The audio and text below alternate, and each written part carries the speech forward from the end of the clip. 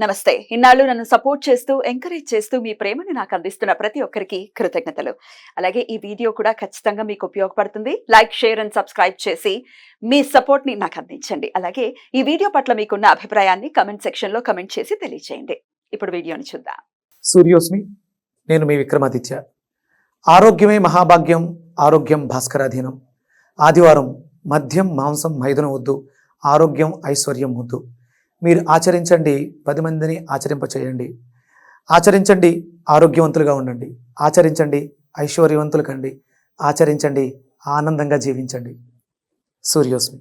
నమస్తే, welcome to our channel. నేను పద్మిని. ప్రస్తుతంతో పాటు ప్రముఖ ఆధ్యాత్మికవేత్త, సూర్య ఉపాసకులు, Sun Spiritual Society founder Vikramaditya గారు మనతో పాటు ఉన్నారు. మాట్లాడదాం. సార్ నమస్తే. సార్ సూర్యోస్మి తల్లి. ఎందుకు నవ్వుతున్నారు sir? Special day. Special day. Yes, definitely. ఏమిటి స్పెషల్ డే అంటే? డిసెంబర్ మాసం కదా. అంటే పాత సంవత్సరాన్ని విడిచిపెట్టి కొత్త సంవత్సరంలో అడుగెడబోతూ ఒక్కళ్ళు ఇద్దరు ముగ్గురు అవుతారు, కుటుంబం పెద్దదవుతుంది. అంటే మనకి కొత్త సబ్స్క్రైబర్స్ వస్తారు కదా. టాలెంట్ అంటే టాలెంట్. అలాగే మనకి నూతన సంవత్సరంలో ఒక అద్భుతమైనటువంటి ఆధ్యాత్మికవేత్త పురుడు పోసుకోబోతున్నాడు. ప్రకృతి పరవశించి ఒక శ్రీరామచంద్రమూర్తిని, రామచంద్రుని మనకి ఇవ్వబోతుంది. అంటే ఇలాంటి హెల్దీ వాతావరణం అందరిళ్లలోనూ కలగాలి. నేను నిజంగా నాకు చాలా ఆనందంగా ఉంది. ఏం సాధించామంటే ఒక కొత్త తరానికి, అంటే 2025 చాలా ప్రమాదకరంగా పరిస్థితులు మారబోతున్నాయి. మరి ఇలాంటి వాతావరణంలోకి ఎంతోమంది జన్మలు తీసుకుంటూ ఉంటారు. కానీ అందరూ జన్మలు తీసుకోవడం వేరు. తన కళ్ళెదురుగా ఒక అద్భుతమైనటువంటి ప్రపంచాన్ని, ఒక బిడ్డ రాబోతుంది. అంటే నేను కొన్ని గర్వంగా ఫీల్ అయ్యాను. ఇక అప్పుడు 2021 మణిపద్మేహ మంత్రంతో ఒక బిడ్డ జన్మ తీసుకున్నాడు. ఇప్పుడు ఎంత వయసు ఎంత ఉంటది? 2021 4 ఇయర్స్. అలాగే ప్రవచనాలు వింటూ జన్మలు తీసుకోబోతున్నటువంటి బిడ్డలందరికీ స్వాగతం పలుకుతూ, పాత సంవత్సరానికి స్వస్తి పలుకుతూ, కొత్త సంవత్సరాన్ని వాళ్ళకి ఆహ్వానం పలుకుతూ. Thank you so very much. ఇది నాకు మాత్రమే అర్థమవుతుంది, మీకు అర్థం వాళ్ళకి కూడా తర్వాత అర్థమవుతుంది, మళ్ళీగా అర్థం అవ్వచ్చు. సరే, ఓకే, అర్థమవుతుందమ్మో, అంత తక్కువ అంచనా వేయకూడదు. సార్, బోర్డు మీద రాశారు డిసెంబర్ మాసం రాశి ఫలాలు చెప్పబోతున్నారా? రైట్. డిసెంబర్ రాశి ఫలాలు అని కాదు, కానీ అంటే నేను జ్యోతిష్యం మీద నా రీసెర్చ్ లో నేను ప్రధానంగా దృష్టి పెట్టేది అంటే రవి. అంటే మనం అందరం కూడా చంద్రమానాన్ని, చంద్రుడిని అనుసరిస్తూ రాశి ఫలాలు చెప్తూ ఉంటారు. ఇక్కడ అంటే మనం రవిని అనుసరించి చేస్తున్నాం. ఇది ధనుర్మాసంలో ధనుర్ సంక్రమణం. అలాగే రవిని మనం ఆత్మకారకుడు అంటున్నాం కాబట్టి, అంటే ఇప్పుడు చేసేది మేజర్ ప్రాబ్లం ఏంటంటే చంద్రుడిని అనుసంధానంగా చేసుకుని మనసుని మనం పరిపరి విధాల పరిగెట్టించేస్తూ ఉంటాం. ఆయన ఎప్పటికప్పుడు ఏ రోజుకు ఆ రోజు మారిపోతూ ఉంటాం, కానీ ఈయన నెలకొకసారి మారుతూ ఉంటాం. కాన్సన్ట్రేటెడ్ గా రవినే బేస్ చేసుకోవాలి. అసలు రవి అంటే ఎవరు? అదే కదా మీరు అడగబోయేది. అంతే, రవి తండ్రి, తండ్రి కారకుడు, అంతే, ఆత్మకారకుడు.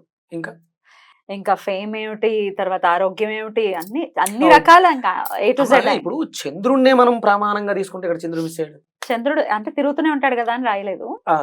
అంటే సహజంగా ఈయన నుంచి తీసుకున్నటువంటి కాంతితో ఆయన పరిభ్రమిస్తూ ఉంటాడు. ఎగ్జాక్ట్లీ. కానీ ప్రధానంగా మనం తీసుకోవాల్సింది రవిని.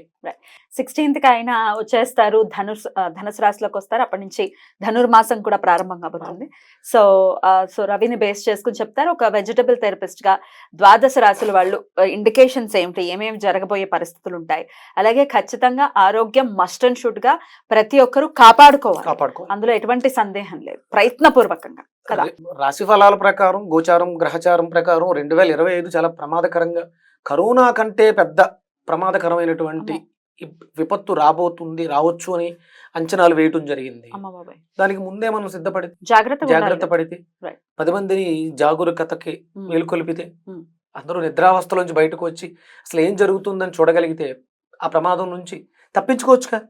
తప్పించలేకపోవచ్చు మనం, కానీ మనం ఎవరికి వాళ్ళ ఇండివిజువల్ తప్పించుకోవచ్చు. అందుకని ఇక్కడ ఆత్మకారకుడైనటువంటి రవి గురించి మాట్లాడడం జరిగింది. ప్రపంచాన్ని జాగృత పరచడంలో బ్రిటిషర్స్ విజయం సాధించి స్వాతంత్రాన్ని ఇచ్చినట్టు ఇచ్చి వెళ్ళిపోయారు, కానీ వాళ్ళ అడుగుజాడల్లోనే మనం ఇంకా వెస్ట్రన్ పోకడలతో మన జీవితాన్ని నాశనం చేసుకుంటాం. సూర్యుడితో అనుసంధానం అయితే జీవితాలు ఎలా మారతాయి అనేది మనం చూస్తున్నాం, జనం చెప్పుకుంటూ ఉన్నారు. నాకు చాలామంది వాళ్ళ కాల్స్, వాళ్ళ జీవితాల్లో జరిగిన మార్పులు. బెంగళూరు నుంచి నిన్న ఒక మెసేజ్, ఒక అడ్వకేట్ ఆదిలక్ష్మి పూజని పరిచయం చేసి, మనం ఆదిలక్ష్మి పూజ గురించి మాట్లాడాం. మా జీవితాల్లో అద్భుతమైనటువంటి మార్పులు వచ్చినాయి, ఎంతో మందికి వాళ్ళలో వాళ్ళే చెప్పేసుకుని వాళ్ళ జీవితాల్లో చాలా మార్పులు వచ్చినాయి అని మెసేజ్ పెట్టడం సో బ్యూటిఫుల్. సంతోషం కదా. అది ఇంకొంచెం బాధ్యత నా మీద పెంచింది, ఇది ఇంకా బాగా తెలియాలి. ఇప్పుడు ఇది ధనుర్మాసం ఎలా అంటామమ్మా అంటే, ఇప్పుడు కృతికా నక్షత్రంతో పౌర్ణమి ఏర్పడితే కార్తీక. మరి ధనుర్మాసం అని ఎలా చెప్పాం? రవిని బేస్ చేసుకునే అంటే వృచ్చిక మాసం, ఇది తులామాసం. అంటే రవి ఎక్కడుంటే అక్కడ మాసం, ఆయన 30 రోజులు ఉంటున్నాడు కాబట్టి ఆ పేరు వచ్చింది. మనం గంటలు లెక్కేస్తాం కదా, హవర్ ఎక్కడతో వచ్చింది? హోరతోటే వచ్చింది. అది కూడా ఇదంతా కూడా రవిని బేస్ చేసుకునేవే. ఇదంతా జ్యోతిష్ శాస్త్రం కావచ్చు, ప్లానెటరీ పొజిషన్ కావచ్చు, A to Z ఆయన అనుసంధానం చేసుకుంటాం. Beautiful sir. మరి ద్వాదశ రాశుల వాళ్ళకి ఎలాంటి పరిస్థితులు ఉండేటటువంటి పరిస్థితి ఉంటుంది అంటే, ఈ నెల్లాళ్ళు కూడా డిసెంబర్ మాసం అయిపోతూనే 2025 కూడా ఇంగ్లీష్ క్యాలెండర్ అయినప్పటికీ 25కి స్వాగతం పలుకుతాం మనము. మరి ఈ నెల్లాళ్ళు ఎలా ఉంటుందో ద్వాదశ రాశుల వాళ్ళకి ఒకసారి చూద్దాము. అలాగే ఆరోగ్యాన్ని కాపాడుకోవడం కోసం ఖచ్చితంగా ఏ రాశి వాళ్ళు ఏ రెమెడీస్ చేసుకోవచ్చు, ఏ వెజిటబుల్ ని ఖచ్చితంగా వాడుకోవాలి అనేది కూడా ఈ వీడియోస్ లో ఉంటుంది. ఇంకొక చిన్న మాట చెప్పిన అంటే, వెస్ట్రన్ లో ఇంగ్లీష్ మాసాలుగా తీసుకుందాం, ఇక్కడ మనకి దక్షిణాయనం అయిపోతుంది, తెల్లవారుతుంది, మనం దాన్ని ఏమంటారు బ్రాహ్మీ ముహూర్తంలో ఉన్నాం. బ్రాహ్మీ ముహూర్తం నుంచి దేవతలు నిద్రలేస్తున్నారు. అంటే న్యూ ఇయర్ సెలబ్రేషన్స్ దేవతలు నిద్రలేస్తున్నారు, వాళ్ళకి పగలు అంటే రాత్రి నుంచి పగల్లోకి వస్తున్నారు అనుకోవచ్చుగా. సెలబ్రేట్ చేసుకుందాం దాన్ని కూడా. దక్షిణాయనం నుంచి ఉత్తరాయణంలోకి నడక మార్చుకుంటున్నాడు రవి. మనం అక్కడే తీసుకుందాం. ఒక రకంగా చెప్పాలంటే డిసెంబర్ మిత్ర జయంతి, డిసెంబర్ 25వ తారీఖు మిత్ర జయంతి. అన్యమతస్థులు దాన్ని వేరేగా సెలబ్రేట్ చేసుకుంటున్నా మిత్ర అనే, అంటే ఇప్పుడు కనిపిస్తున్న సూర్యుడు, ద్వాదశ ఆదిత్యులు అంటే కనిపిస్తున్న సూర్యుడే ఆవిడ గర్భంలోకి ప్రవేశించి ద్వాదశ ఆదిత్యులుగా జన్మ తీసుకున్నారా కదా. మనకి కశ్యప ప్రజాపతి కడుపు గర్భంలోకి అంటే అదితి గర్భంలో అప్పుడు ఆయన అడుగుతుంది, పిల్లలు కావాలని కోరుకోండి, ఆ సూర్యుడిని వేరుకుంటది, నువ్వే నా గర్భంలో జన్మించని కోరుకుంది. అక్కడ మిత్రుగా జన్మ తీసుకున్నారు. అది డిసెంబర్ 25 మిత్ర జయంతిగా, అంటే మనకి ఇక్కడ భారతదేశంలో చేసుకోవాలి. అందుకే మనం డిసెంబర్ 31 అంటే ఈ పాత సంవత్సరానికి స్వస్తి పలుకుతూ కొత్త సంవత్సరంలో ప్రవేశించవచ్చు, తప్పేం లేదు. ఉత్తరాయణానికి వెల్కమ్ చెప్పచ్చు, చాలా ఉత్సాహంగా. అది అంటే మందు మాంసాలతో భ్రష్టు పట్టిపోకుండా స్వాగతం పలకడానికి స్వచ్ఛంగా ఉందాం, దేవతలని ఆహ్వానిద్దాం కదా. తప్పకుండా చక్కగా సమన్వయపరిచారు, చక్కగా దాన్ని అనుసంధానం చేశారని అన్వయించుకోవాలి. ఏది తప్పు ఉండదు, ప్రతిదాన్ని మార్చుకుందాం. Right sir. మరి మిథున రాశి వారికి ఎలా ఉండబోతుందండి డిసెంబర్ మాసం? మిథున రాశి, మిథున లగ్నం, వ్యయంలో గురుడు, వ్యయంలో గురువు, రెండో ఇంట్లో కుజుడు, వక్రించినటువంటి కుజుడు, సప్తమంలో రవి.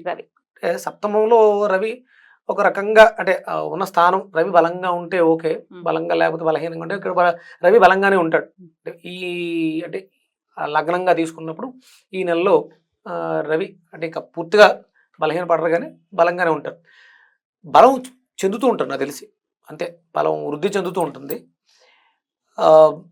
సప్తమంలో అంటే పార్ట్నర్షిప్స్, సప్తమ స్థానానికి ఉన్నటువంటి క్వాలిటీస్, భాగస్వామ్యులు, ఇంకేమొస్తాయి?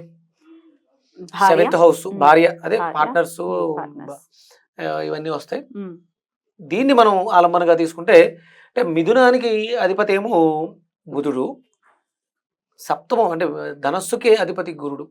ఇది ఒక రకమైనటువంటి ఇబ్బంది. ఫస్ట్ ఈ రెండు రాశి అధిపతులు కూడా వక్రించే ఉన్నాయి, ఇవి ఇబ్బందులుగా ఉంటాయి భార్యాభర్తల మధ్య. అంటే సహజంగానే ధనుర్లగ్నానికి మిథున లగ్నానికి పడదు. వీళ్ళకి గురుడు ద్వారా వచ్చేటువంటి కాంప్లికేషన్స్ పెరిగే అవకాశం ఎక్కువ ఉంది. అందులో రవి ఉన్నాడు కాబట్టి దీన్ని ఎవరన్నా అంటే తల్లిదండ్రుల తరపు నుంచి పెద్దలు ఎవరన్నా ప్రొటెక్ట్ చేసే అవకాశం ఉంది. ఒకవేళ అంటే ఇలాంటి వచ్చినప్పుడు మనం పెద్దల్ని ఆశ్రయించటం ఉత్తమం, శ్రేయోదాయకం. ఇప్పుడు ఏదైనా పార్ట్నర్స్ మధ్యలో గొడవ వచ్చింది, ఎక్కడికి వెళ్తారో పెద్దల దగ్గరికి వెళ్ళాలి.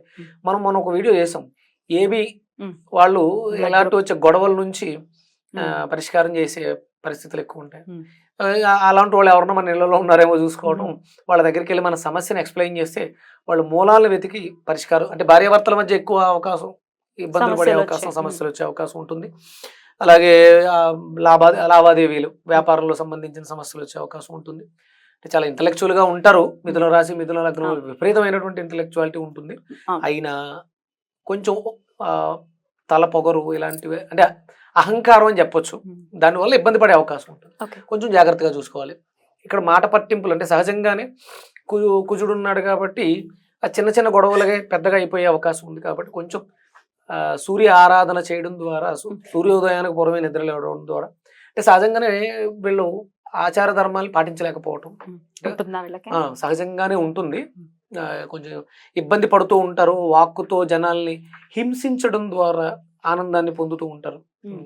అంటే అక్కడ ఉన్నటువంటి గ్రహస్థితి వల్ల ఇవన్నీ జరుగుతూ ఉంటాయి. తద్వారా వీళ్ళు ఎదుర్కొనేటువంటి పరిస్థితులు. దీన్ని మనం మార్చుకోగలిగితే, రవిని అనుసంధానం చేసుకుని మార్చుకోగలిగితే, జాగ్రత్తగా ఉంటే ఈ పరిస్థితులు ఏవి కూడా ఇబ్బంది పెట్టం. మరి స్వామిని ఏ నామంతో కొలిస్తే కనుక ఈ పరిస్థితుల నుంచి మనం బయటపడచ్చు? ఇక్కడ మనకి ఆయన పోషణనిస్తూ ఉంటాడు రవి. అంటే ఈ సమయం అంతా కూడా మనం రవిని ఆరాధిస్తాం. పోష్ణీ నమః మనకు ఒక సింబల్ ఉంటుంది సూర్య నమస్కారంలో. పోష్ణీ నమః అనే నమస్కారం చేస్తూ ఉంటే శరీరం అంతా కూడా ఒక రకమైనటువంటి పోస్టర్లో ఉంటుంది. ఖగ అనేది మనం ఖగ అనేది త్రికోణంగా తీసుకుని, పోష్ణ అనేది శరీరం అంతా కూడా చేతులు కాళ్ళ మీదే ఉంటుంది. ఒక అద్భుతమైనటువంటి సిమ్టమాటిక్ అలలులాగా ఉంటుంది.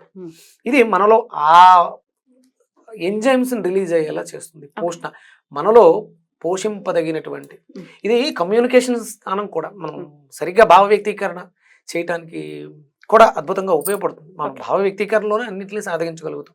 సహజంగానే ఇంటలెక్చువాలిటీ ఉంటుంది. ప్రెజెంటేషన్ సరిగ్గా లేకపోతే ఇబ్బంది పడుతూ ఉంటుంది. దీన్ని మెరుగుపరచుకోవడానికి ఆ పోషణ, శరీరం పోషణ, అంటే మన శరీరంలో ఏం తీసుకుంటున్నాం, దేంతో పోషింపబడుతుంది అనేది కూడా తీసుకోవాలి. ఆ నామంతో స్వామివారిని కొలుచుకో. పూష్ణే నమః. ఓం హ్రాం హ్రీం హ్రూం హ్రైం హ్రౌం రా పూష్ణే నమః. ఇక వెజిటబుల్ ఏది తీసుకోమంటారు వీళ్ళని? వెజిటేబుల్ ఇక్కడ మనం తీసుకోవాల్సింది గోరుచిక్కుళ్ళు, కొబ్బరి, అల్లం తీసుకోవడం ద్వారా వీళ్ళకి వచ్చేటువంటి సమస్యలు తగ్గే అవకాశం ఉంటుంది. బాడీ పెయిన్స్ ఉంటాయి, బాడీలో టాక్సిన్స్ ఎక్కువ ఉంటాయి, అవన్నీ కూడా తగ్గే అవకాశం ఉంటుంది. రైట్ సార్, చాలా బ్యూటిఫుల్ గా ఎక్స్ప్లెయిన్ చేశారు. కృతజ్ఞతలు. ఇక నెక్స్ట్ వీడియోలో కర్కాటక రాశి గురించి తెలుసుకుందాం. Thank you sir. నమస్తే. సూర్యోస్మితల్లి.